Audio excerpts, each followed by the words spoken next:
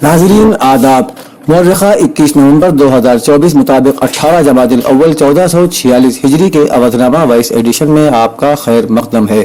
पेश खिदमत है अवधनामा में शायर खास खबरों की तलखीस।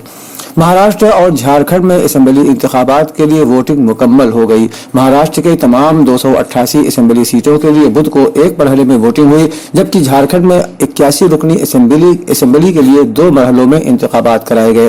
दोनों रियासतों में असेंबली इंतखाबात के नताइज का ऐलान 23 नवंबर को किया जाएगा। इंतखाबात मुकम्मल होने के बाद किए गए एग्जिट पोल सर्वे के मुताबिक महाराष्ट्र में बीजेपी की क़यादत वाले महायुति इत्तेहाद को 180 से ज्यादा सीटें मिलने की उम्मीद है, जबकि कांग्रेस की क़यादत वाली एमवीए को 95 से ज्यादा सीटें मिल सकती हैं।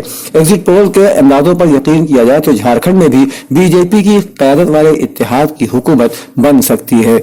वजीर आजम नरेंद्र मोदी सरकारी दौरे पर मंगल को गयाना के जॉर्ज टाउन पहुंचे, जहां सदर मोहम्मद इरफान अली ने हवाई अड्डे पर उनका इस्तकबाल किया। गुज़श्ता 26 वर्षों में किसी हिंदुस्तानी वजीर आजम का गयाना का ये पहला दौरा है। गयाना के वक्त के मुताबिक मंगल की देर रात हवाई अड्डे पर पहुंचने पर मिस्टर मोदी का रस्मी इस्तकबाल किया गया और उन्हें गार्ड ऑफ ऑनर दिया गया। दौरे के दौरान मिस्टर मोदी मिस्टर अली के साथ बातचीत करेंगे, गयाना के दीगर सीनियर लीडरों से मुलाकात करेंगे और गयाना पार्लियामेंट और NRIs के एक इज्तिमा से खिताब भी करेंगे। Mister Modi George town Guyana में होने वाली दूसरी किरीगाम इंडिया समिट में भी शिरकत करेंगे और खित्ते के साथ हिंदुस्तान की दायरीना दोस्ती को मजीद बढ़ाने के लिए किरीगाम के रुकन ममालिक के रहनुमाओं से मुलाकातें करेंगे। उत्तर प्रदेश में असेंबली की 9 सीटों पर बुध को 49.3% राय दहिंदगान ने अपनी हक राय दही का इस्तेमाल किया। उत्तर प्रदेश के चीफ इलेक्शन अफसर के दफ्तर से जारी बयान के मुताबिक सख्त सिक्योरिटी के दरमियान सुबह 7 बजे शुरू हुई वोटिंग 5 बजे तक सभी पोलिंग सेंटरों पर इख्तिताम पजीर हो गई। कानपुर के सीसामऊ, मुजफ्फरनगर की मीरापुर और मुरादाबाद के कुंदुरकी इलाके में गड़बड़ी फैलाने की कोशिश की 1-2 वाकयात को छोड़कर वोटिंग आम तौर पर पुरअमन रही है। इस दरमियान राय दहिंदगान के शनाख्ती कार्ड जांचने के इल्जाम में 7 पुलिस एहलकारों को मुअत्तल कर दिया गया। चीफ इलेक्शन अफसर नवदीप रनवा ने बताया कि कमीशन के नोटिस में आया था कि कुछ पोलिंग सेंटरों पर पुलिस वाले राय दहिंदगान के शनाख्ती कार्ड चेक कर रहे हैं, जो कि सही नहीं है। ये मामला कानपुर, मुरादाबाद और मुजफ्फरनगर में पेश आया। उत्तर प्रदेश के संभल में वाक़ जामा मस्जिद को लेकर जारी तनाज़ा तूल पकड़ता जा रहा है। हिंदू फरीक के जरिए इसे मंदिर बताते हुए गुज़श्ता दिनों अर्जी अदालत में दाखिल की गई थी और 19 नवंबर को ये अर्जी मंजूर भी कर ली गई। इतना ही नहीं बल्कि मस्जिद का सर्वे कराने की हिदायत दी गई, जिसके बाद मुस्लिम तबके में शदीद नाराजगी है। इस ताल्लुक से जमीयत उलमाए हिंद के सदर मौलाना महमूद मदनी का बयान सामने आया है। उन्होंने कहा है कि तारीख के गड़े मुर्दे उखाड़ने से मुल्क को काफी नुकसान पहुंच रहा है। अदालत ने मस्जिद के पूरे इहाते का सर्वे कराने का हुक्म दिया और साथ ही इस बात पर जोर भी दिया कि सर्वे की रिपोर्ट 29 नवंबर तक अदालत के सामने पेश कर दी जाए। अदालत के हुक्म के बाद मंगल की शाम को एडवोकेट कमीशन की टीम ने पुलिस और इंतजामी अफसरान की मौजूदगी में मस्जिद के अंदर सर्वे किया। उत्तर प्रदेश के वजीर आला योगी आदित्यनाथ ने सनातन धर्म की एकता पर जोर देते हुए कहा कि अगर 500 बरस पहले हमने एकता दिखाई होती तो गुलामी का सामना नहीं करना पड़ता। अयोध्या में सुग्रीव किले के गेट की नकाब कुशाई के मौके पर मुल्क से आए साधु संतों से खिताब करते हुए उन्होंने कहा कि जो काम 500 साल से रुका हुआ था, जिसके लिए न जाने कितनी नस्लों ने कुर्बानी दी, वो सिर्फ सनातनियों के मुत्तहिद होने पर वजीर आजम नरेंद्र मोदी की क़यादत में 2 साल में ही पूरा हो गया। वजीर आला ने कहा कि हमारी यादें हमें मुआशरे को सही समत में आगे बढ़ाने की तरगीब देती हैं। जब भी हम इत्तेहाद का मुजाहरा करेंगे तो दुनिया की कोई ताकत हमें कमजोर नहीं कर सकेगी। डिवीजनल कमिश्नर लखनऊ रोशन जैकब की सदारत में डिवीजनल कमिश्नर के दफ्तर में बच्चों से मुतालिक तरजीहात और कामयाबियों पर एक डिवीजनल सतह के सेमिनार का इनकाद किया गया। यह सेमिनार बच्चों के हुकूक पर अक़वाम मुत्तहिदा के कन्वेंशन यानी UNCRC के 35 साल और हिंदुस्तान में यूनिसेफ के 75 साल की याद में मुनक़िद किया गया था, जिसमें लखनऊ, सीतापुर, लखीमपुर, उन्नाव और हरदोई के जिला मजिस्ट्रेट और चीफ डेवलपमेंट अफसरान और तकरीबन 20 मुतल्लिका महकमों के अफसरान ने शिरकत की। यूनिसेफ को हिंदुस्तान में 75 साल की शराकत के लिए मुबारकबाद देते हुए रोशन जैकब ने खवातीन और बच्चों की ग़िज़ाइयत पर खुसूसी जोर दिया और कहा कि खून की कमी की रोकथाम हमारी तरजीह होनी चाहिए। उत्तर प्रदेश के वजीर ममलकत आज़ादाना चार्ज बराए AYUSH food security doctor Daya Shankar Mishra Dayalu ने आज विधान भवन में अपने दफ्तर में महकमे आयुष की एक जायजा मीटिंग की।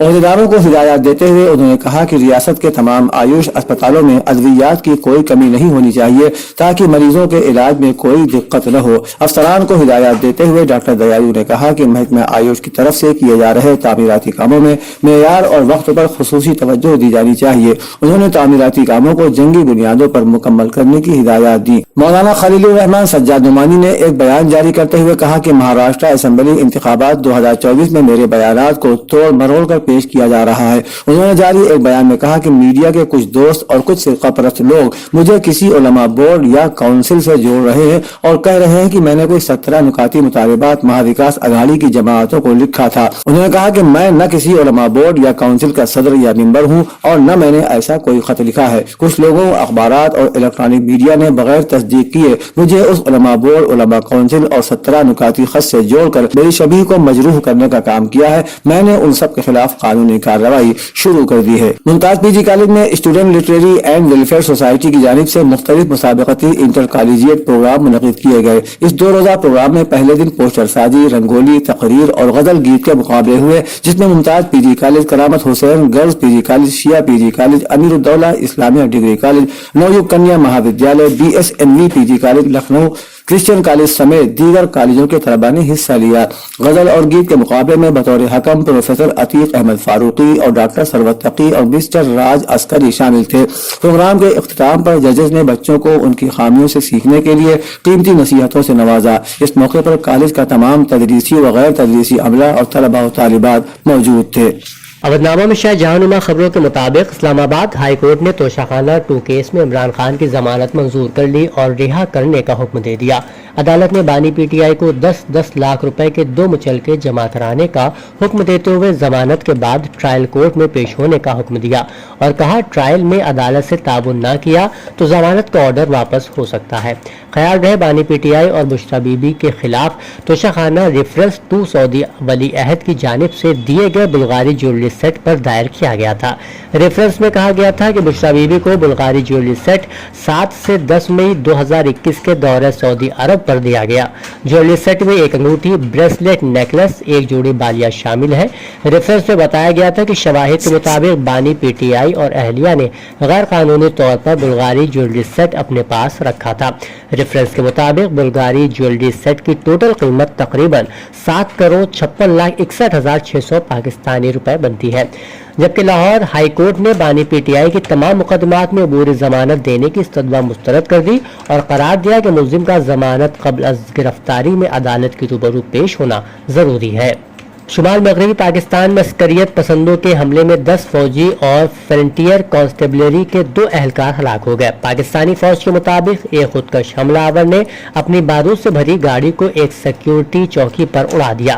فوج کے مطابق یہ حملہ حالیہ مہینوں میں سب سے مہلک ترین حملہ تھا جو منگل کی شام صوبہ خیبر پختونخوا کے ایک ضلع بنو میں پیش آیا۔ ایرانی صدر مملکت ڈاکٹر مسعود پزشکیان نے علاقے کی غیر مستحکم صورتحال اور وسیع جنگ کے خطرے کی یاد دہانی کراتے ہوئے پوپ فرانسس سے صہیونیوں کے غیر انسانی جرائم کو رکوانے میں تعاون کرنے کی درخواست کی ہے۔